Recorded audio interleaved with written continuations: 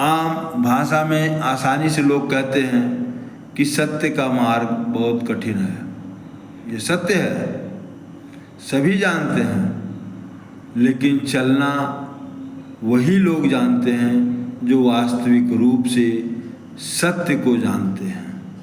मार्ग कई हैं। हमारे पूर्वजों ने कई बार ये चर्चा किया है।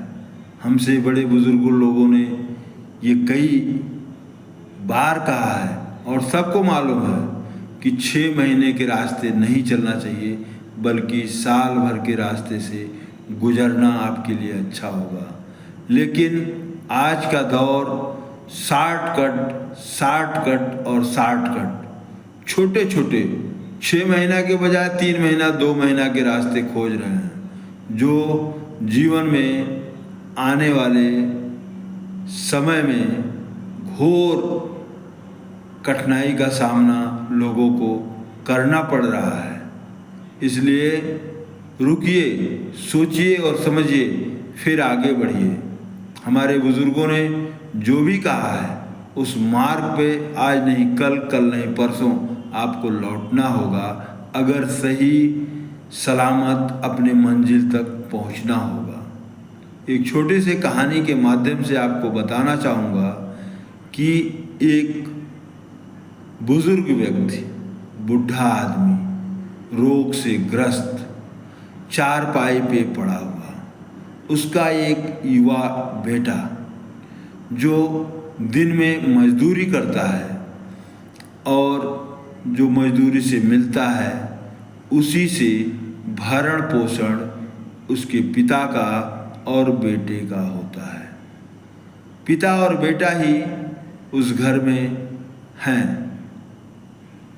डेली मजदूरी करना और इसके बाद जो भी उससे धन उसको मिलता, उससे अपना रोटी दाल चावल सब्जी का इंतज़ाम करके बूढ़े पिता का और अपना भरण पोषण करता।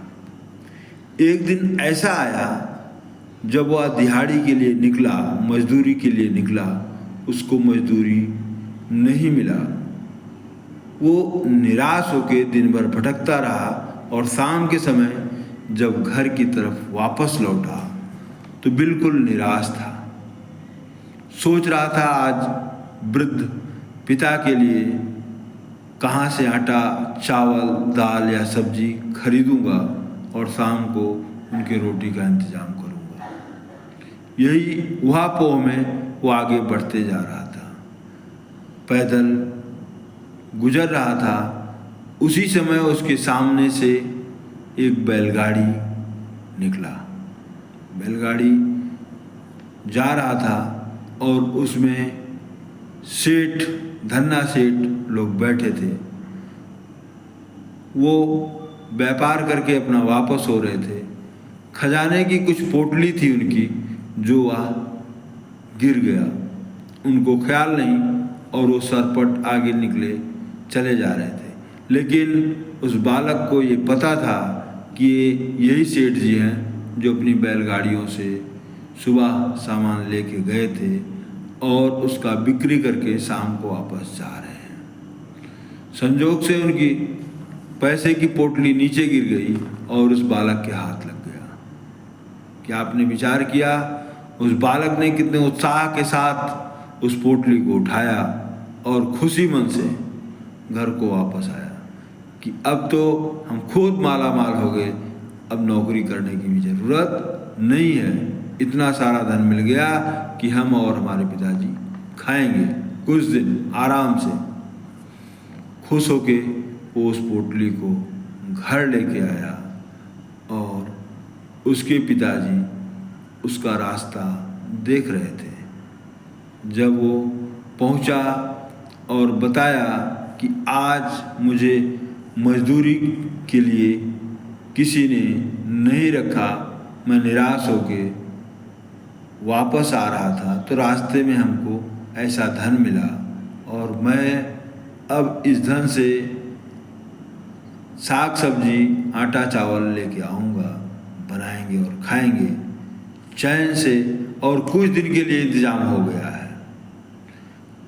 उन शब्दों को सुन के पिताजी 1 मिनट रुक के और बोले कि बेटा, जो धन आपको मिला है, अगर आपको पता है कि किस सेठ का है ये, उसको पुनः कल सुबह होते ही उसी तरह वापस कर देना, क्योंकि वो पश्चाताप करेगा और आपको मिला हुआ धन आपका किसी के काम नहीं है। क्यों? क्योंकि वो जो मिला है वो धन आपका नहीं है। ईमानदारी के साथ कल सुबह होते ही उस सेठ को आप वापस कर देना। हम भूखे मर जाएंगे, रह जाएंगे, लेकिन इस तरह के धन से हम रोटी बिल्कुल नहीं खाएंगे। इस तरह का विचार करते हुए बच्चे को उन्होंने उपदेश दिया। बच्चा जिद पे अड़ा था कि इस तरह की परिस्थितियों से उबरने के लिए एक बिल्कुल शार्ट रास्ता है, सरल उपाय है, जिसको आम भाषा में आज कह रहे हैं शॉर्टकट। तो इसलिए उसने जिद ठान लिया कि ऐसा मैं कुछ नहीं करूँगा कि कल सुबह मैं उनको धन वापस करूँगा। उसी बात को लेके उसके पिता ने एक सुंदर सी कहानी उनको सुनाया। उन्होंने कहा कि धैर्यपूर्वक सुनिए, मैं जो कह रहा हूँ इस चीज़ पर गौर कीजिए। उन्होंने कहा कि चातक पक्षी, अगर नाम नहीं सुने हो तो आज सुन लो। चातक पक्षी एक ऐसी पक्षी है जो सिर्फ अपने स्वाभिमान के लिए ही जानी जाती है। उसका स्वाभिमान ही उसका पहचान है। स्वाति पक्षी को कितना भी प्यास लगा हो, लेकिन वो तालाब, गड्ढे, पोखरा, झील में पानी नहीं पी सकता। अगर प्यास से तड़प भी रही है, उसको अगर उठा के झील में फेंक दो पानी पीने के लिए, फिर भी वो अपने चोंच को बंद रखेगी। कतई वो झील, तालाब, तलैया का पानी नहीं पी सकती।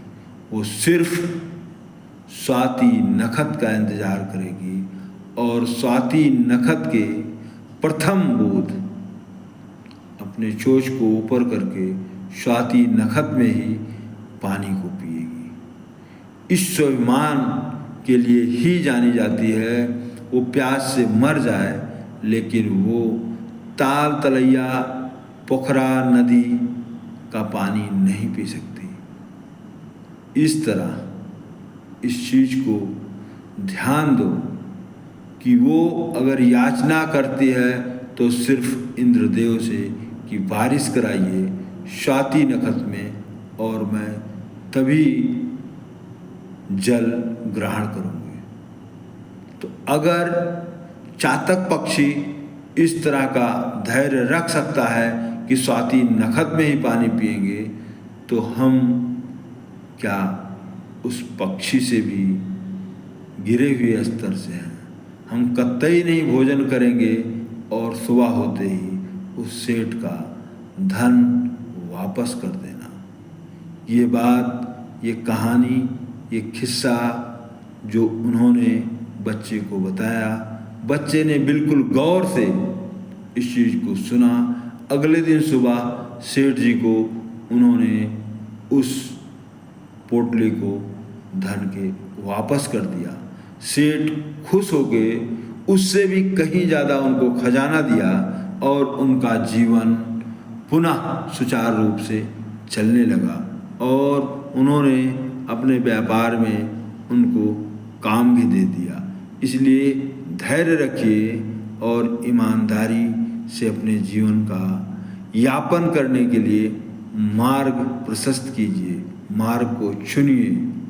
शॉर्ट हैंड से अर्जित किया हुआ धन कुछ ही दिनों में धनाढ्य बन जाना और कुछ ही दिनों में इस तरह का धन अर्जित करके अपने आप को विस्तार करना, साम्राज्य स्थापित करना, उसका पतन भी चंद दिनों का ही है। इसीलिए हमें विचार करना चाहिए कि किस तरह का धन अर्जित करके हम अपने आप को प्रोग्रेस कर रहे हैं। धन्यवाद। सुनिए और धैर्य से इस चीज़ को मनन अध्ययन कीजिए, विचार कीजिए और फिर अपने जीवन को सार्थक बनाइए।